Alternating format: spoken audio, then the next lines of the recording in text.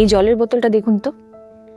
এই সাধারণ জলের বোতলটা যদি রাস্তার ধারের কোনো দোকান থেকে কেনা হয় তাহলে এর দাম কত হবে? 10 টাকা। ঠান্ডা হলে ধরে নিলাম 15 টাকা কিংবা 20 টাকা। এই একই জলের বোতল যদি বড় রেস্তোরাঁয় গিয়ে কেনা হয় তাহলে এর দাম কত হবে? 40 কিংবা 50 টাকা। একই ব্র্যান্ডের জল এয়ারপোর্ট থেকে কিনলে এর দাম দাঁড়ায় 100 কিংবা 200 টাকায়। জল একই, বোতলও এক, কিন্তু জায়গা বদলানোর ফলে এর দাম বেড়ে যায়। আমাদের জীবনের গল্পটাও খানিকটা একই রকম। আপনার যদি মনে হয় আপনার কোনো দাম নেই কিংবা আপনাকে কেউ গুরুত্ব দিচ্ছে না, তার মানে কিন্তু এটা নয় যে আপনি মূল্যহীন। এর মানেটা হলো আপনি ভুল জায়গায় রয়েছেন, ভুল মানুষের মধ্যে রয়েছে, কিংবা নিজেকে ভুলভাবে উপস্থাপন করছেন। এবার প্রশ্নটা দাঁড়াচ্ছে যে নিজের ভ্যালু তাহলে কি করে বাড়ানো যায়? আজকের এই ভিডিওতে এমন 5টি সাইকোলজিক্যাল রুলস বোঝার চেষ্টা করব আমরা, যেটা ফলো করলে হয়তো আমরা আমাদের ভ্যালু 10 গুণ বাড়াতে পারি। তাহলে চলুন শুরু করা যাক আজকের ভিডিও। তবে আজকের ভিডিও শুরু করার আগে আমি আশা করছি আমার লাস্ট ভিডিও আপনারা প্রত্যেকেই দেখেছেন। যারা দেখেননি, ডিসক্রিপশনে লিংক রয়েছে, গিয়ে দেখতে পারেন। লাস্ট ভিডিওতে আমরা কথা বলেছিলাম আমরা কিভাবে আমাদের সময় ডিজিটাল ডাস্টবিনে নষ্ট করছি। তারই সঙ্গে লাস্ট ভিডিও যারা দেখেছেন, যাদের ভালো লেগেছে, আপনারা কিন্তু কমেন্টও করতে পারেন। চলুন তাহলে শুরু করব আমাদের আজকের ভিডিও।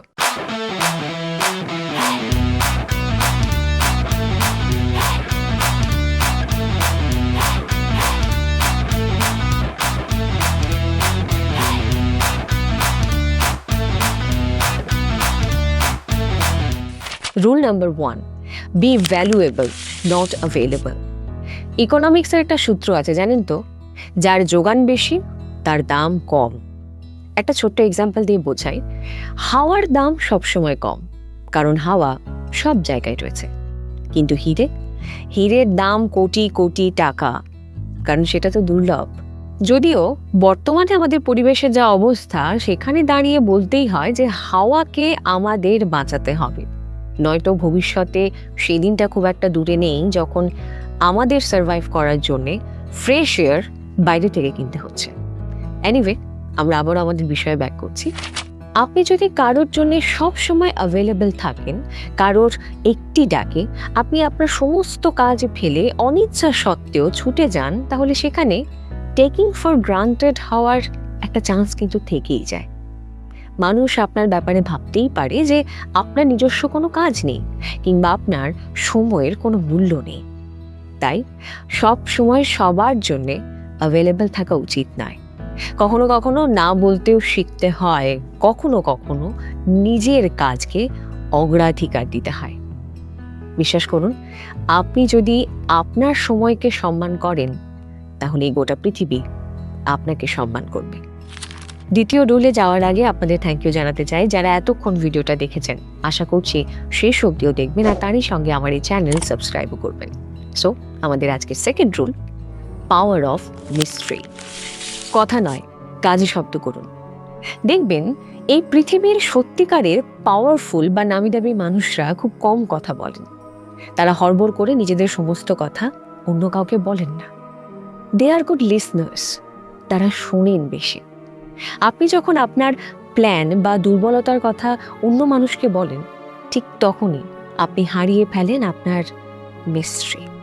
সেই মিস্টেরিয়াস পার্সোনালিটি কোথাও যেন হারিয়ে যায়। আর যার মধ্যে রহস্য কম, তার প্রতি আগ্রহটাও কমই থাকে। সো আজ থেকে সবাইকে সবকিছু বলা বন্ধ করুন। অন্যকে গেস করতে দিন আপনার নেক্সট স্টেপ কি হতে পারে, আপনার আগামী প্ল্যানসগুলো ঠিক কি হতে চলেছে। রুল নাম্বার 3, নিজেকে আপডেট করুন। হ্যাঁ, নিজেকে অ্যাপের মতন আপডেট করুন। আচ্ছা, বর্তমানে যেখানে আমরা প্রত্যেকেই স্মার্টফোন ব্যবহার করছি, সেখানে যদি আপনাকে বলা হয় সেই পুরনো কিপ্যাডওয়ালা ফোন ব্যবহার করতে, আপনি কি সেটা করবেন? করবেন না। কিংবা ধরুন বর্তমানে 5G সময়ে আপনাকে যদি 2G ব্যবহার করতে বলা হয়, আপনি কি সেটা করবেন? করবেন না।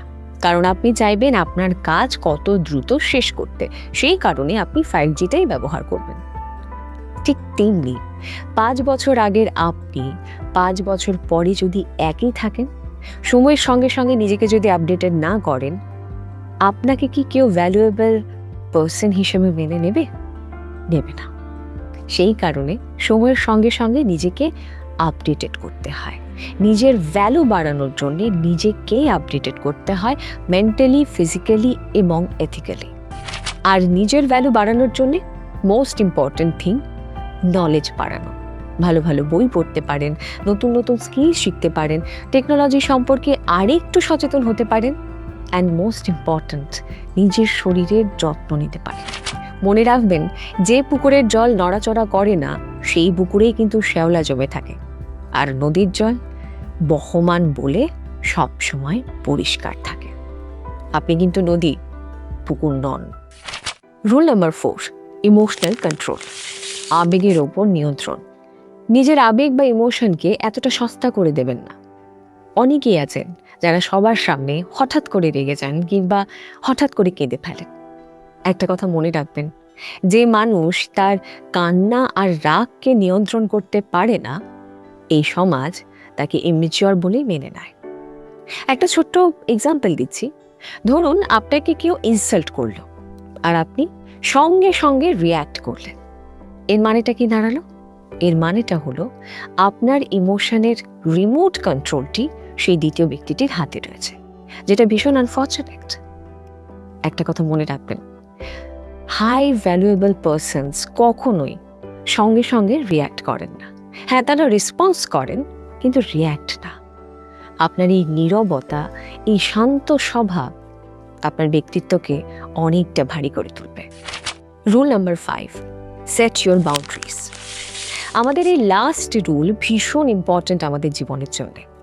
এই রুল আমাদের শেখায় কিভাবে একটি বাউন্ডারি তৈরি করতে হয়, আর কেনই বা এই বাউন্ডারিটি এতটা ইম্পর্ট্যান্ট আমাদের জীবনে। এই লাস্ট রুল আমাদের শিখিয়ে দেয় কিভাবে আশেপাশের মানুষকে বোঝাতে হয় তারা ঠিক কিভাবে আমাদের ট্রিট করবেন। আমরা প্রায়ই ভাবি, কেন আমার দোষ ছাড়াই আমাকে বারবার অপমানিত হতে হচ্ছে? কেন দোষ না করেও আমাকে অপমান করছে? কেন করছে? এর উত্তরটা তেতো হলেও সত্যি। কারণ আপনি সেটা অ্যালাউ করছেন। আপনি অপমান সহ্য করছেন। আপনি কোনো বাউন্ডারি সেট করেননি। আপনি সবাইকে অধিকার দিয়েছেন আপনাকে প্রতারিত করার, আপনাকে অপমানিত করার, আপনার দোষ না থাকা সত্ত্বেও। আপনি যদি নিজের অপমান সহ্য করে হাসতে থাকেন, তাহলে লোকে তো ভেবেই নেবে এটাই আপনার স্ট্যান্ডার্ড। সেই কারণে একটা বাউন্ডারি সেট করতেই হবে।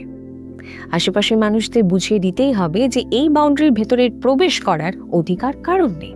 বিশ্বাস করুন, যেদিন থেকে আপনি আপনার সেলফ রেসপেক্টের সঙ্গে আপোষ করা বন্ধ করবেন, ঠিক সেদিন থেকে এই গোটা পৃথিবী আপনাকে সস্তা ভাবাও বন্ধ করবে। ঠিক সেদিন থেকে আপনার value day by day increase করবে।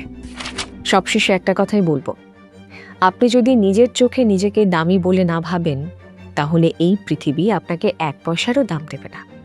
তাই আজই আয়নার সামনে দাঁড়িয়ে নিজেকে বলুন, ইয়েস আই অ্যাম স্পেশাল।